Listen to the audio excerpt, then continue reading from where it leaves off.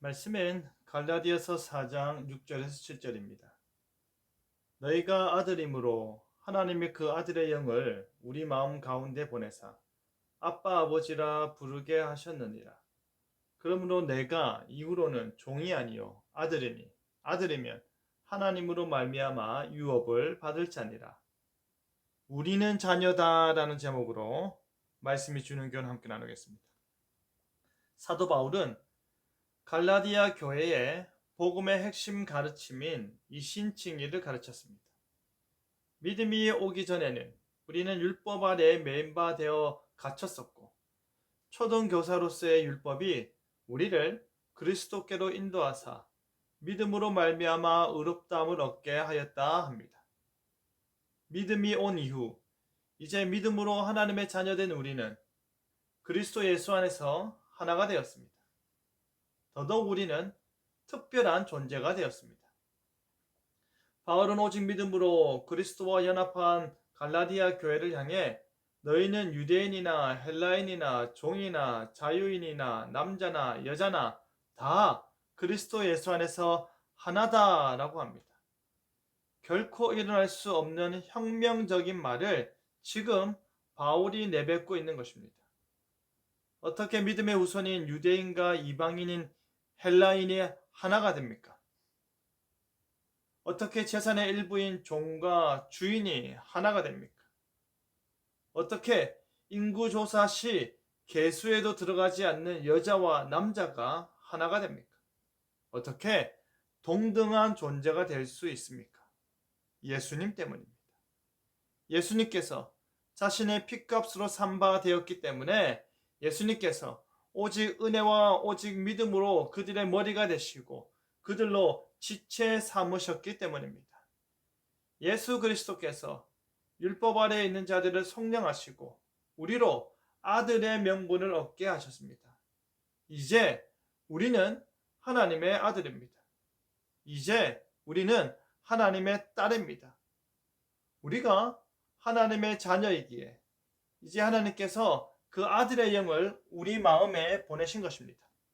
그리고 우리로 아빠 아버지라 부르게 하셨습니다.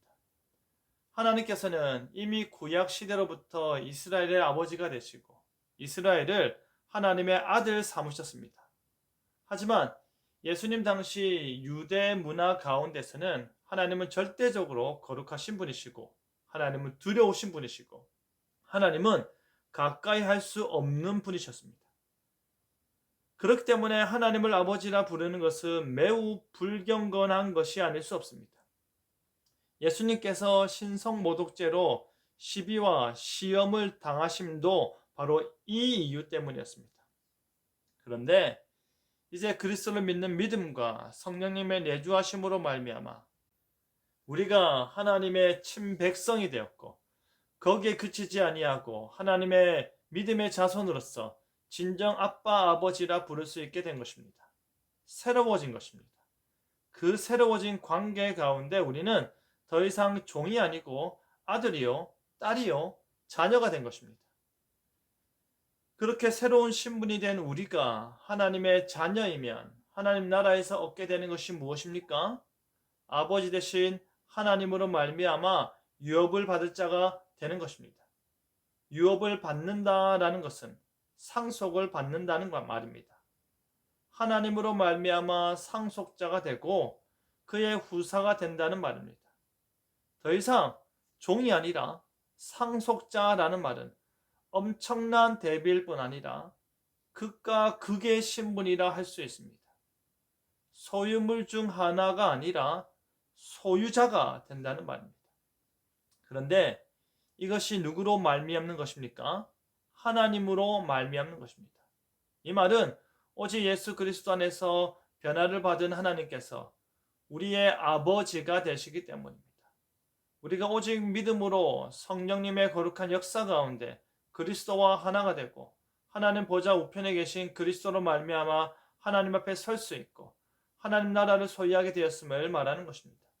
오직 하나님의 은혜로 말미암아 우리가 하나님 나라의 유업을 이을 자가 되는 것입니다. 예수님을 알기 전 우리는 어떠한 존재였습니까? 예수님을 믿기 전 우리는 어떠한 존재였습니까? 우리는 하나님의 임재 밖에 죄와 사망의 종로를 하는 존재에 불과했습니다. 하지만 오직 믿음, 오직 은혜, 오직 그리스도, 오직 성령으로 말미암아 오직 하나님께 영광 돌릴 수 있는 존재가 되었습니다. 우리는 하나님을 아빠 아버지라 부르며 유업의 자가 되었습니다. 우리는 하나님의 자녀가 되었습니다. 이 놀라운 신분이 우리에게 약속이 되어 있음에 감사하길 바랍니다.